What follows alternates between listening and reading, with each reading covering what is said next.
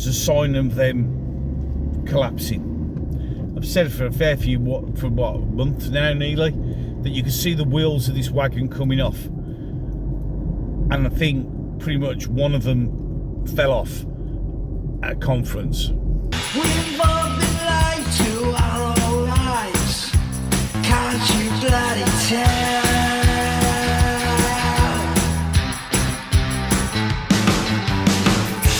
Across the ocean.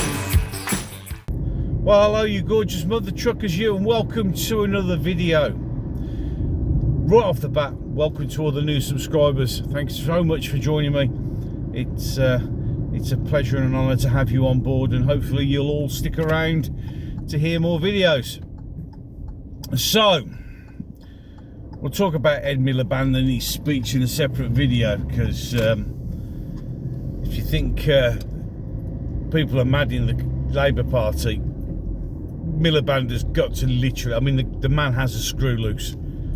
A serious screw loose. Any case, we need to talk again about the Labour Party, and we need to talk again about Keir Starmer, because and I've done a couple of videos on it, but of course it's as you have more time to process things and more times to think about things,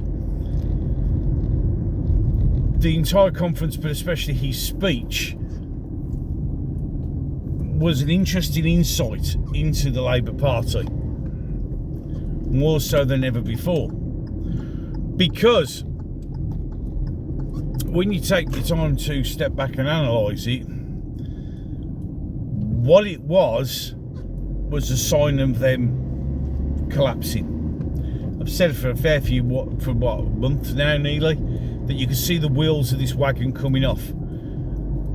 And I think pretty much one of them fell off at a conference, because they are the archetypal wounded animal backed into a corner and just lashing out at absolutely anyone and anything, saying things which are ill-advised at best and exceedingly dangerous.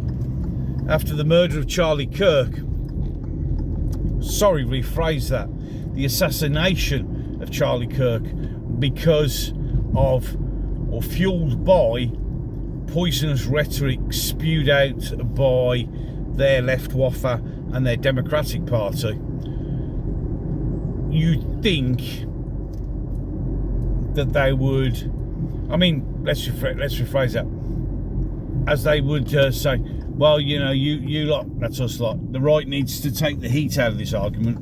Like, really? Yeah, you all need to stop now, because it's not right. I mean, just because you've caught us out calling you all racists and this, that and the other, and somebody's sadly been assassinated for it, that's not our fault, that's your fault. I mean, everything gets blamed. I mean, the best thing is they're blaming Nigel Farage for the boats in the Channel. Yeah, even though the man's never actually held public office in this country. But it's Brexit, you say. Oh God, literally, I mean, all of the woes of this country, every time something goes wrong, somehow, it's a bit like me at home, you know, with Mrs. G. No matter what goes wrong, somehow it ends up being my fault. And that's the same for Brexit. It doesn't matter what happened or how it got there, it's Brexit's fault. The reason we're in the situation we're in right now is because of Brexit. Yeah. The reason the door fell off after a car hit it is because of you. Yeah, I get it, but it's the archetypal easy excuse, isn't it?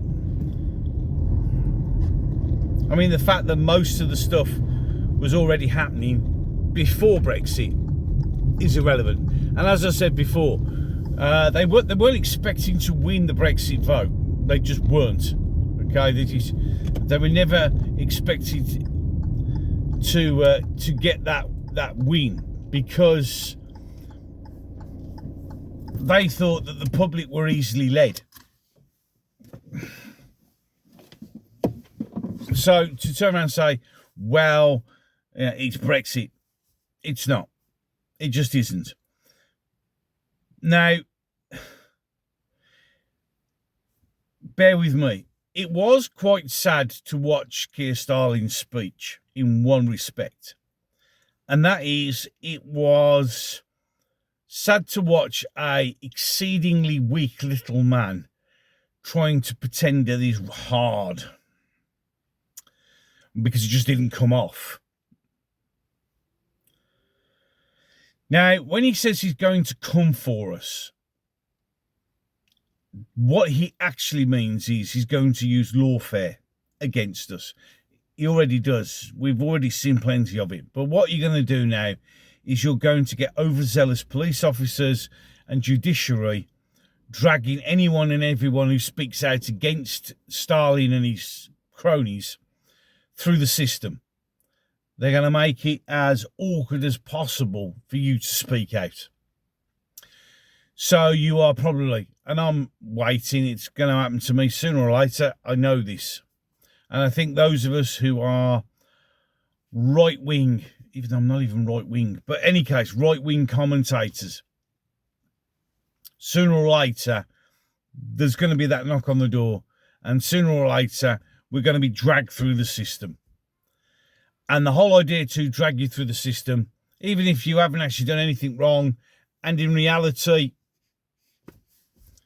you're only talking about what other people have said and your reactions to it. It'll be a 5, 6, 7, 8 hour sitting in a cell, being interviewed by 2 officers who probably have no idea what they're all going on about. And they'll just make it feel like doing it's not worth it.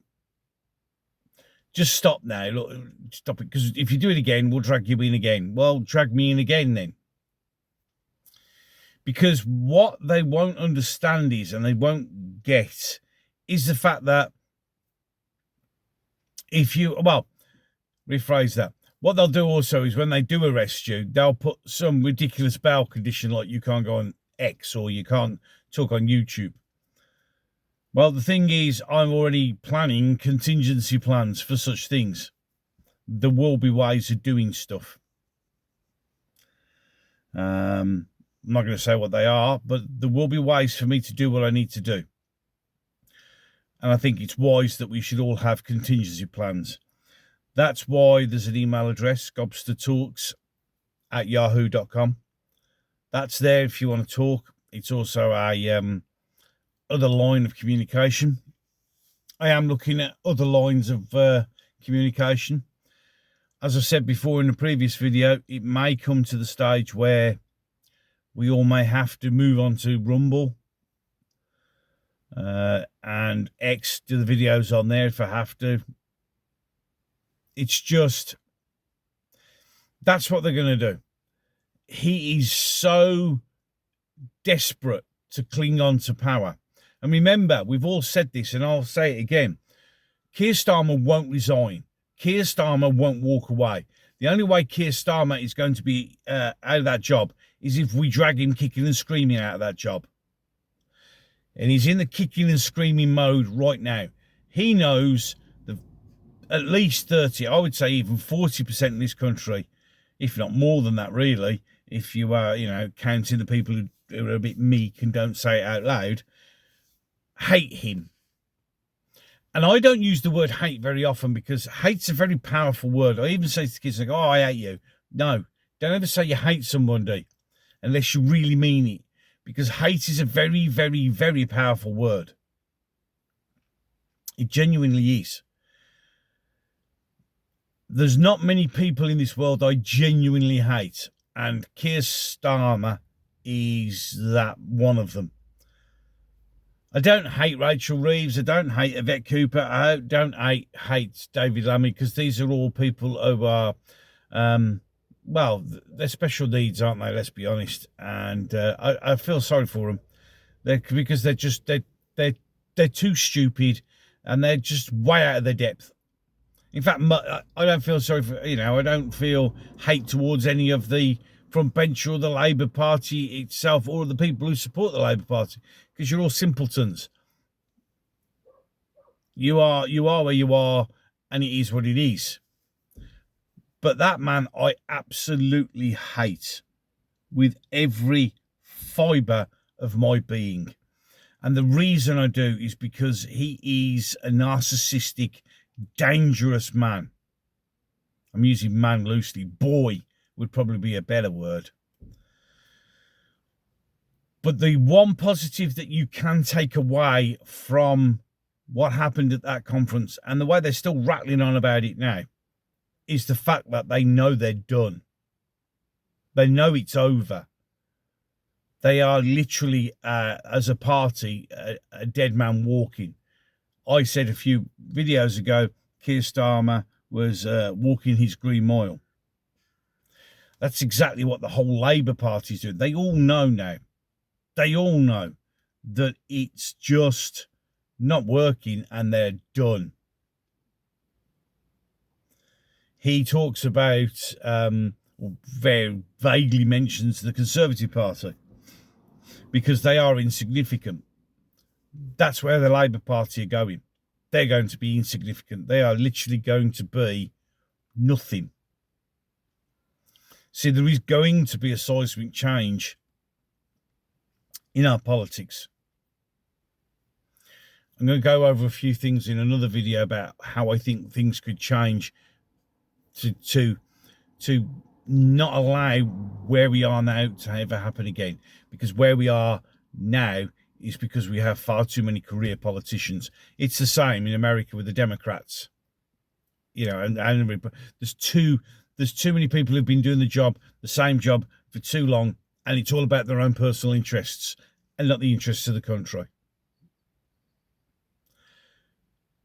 They are the Conservatives, the Liberal Democrats, and Labour all know that their monopoly on this bullshit is over.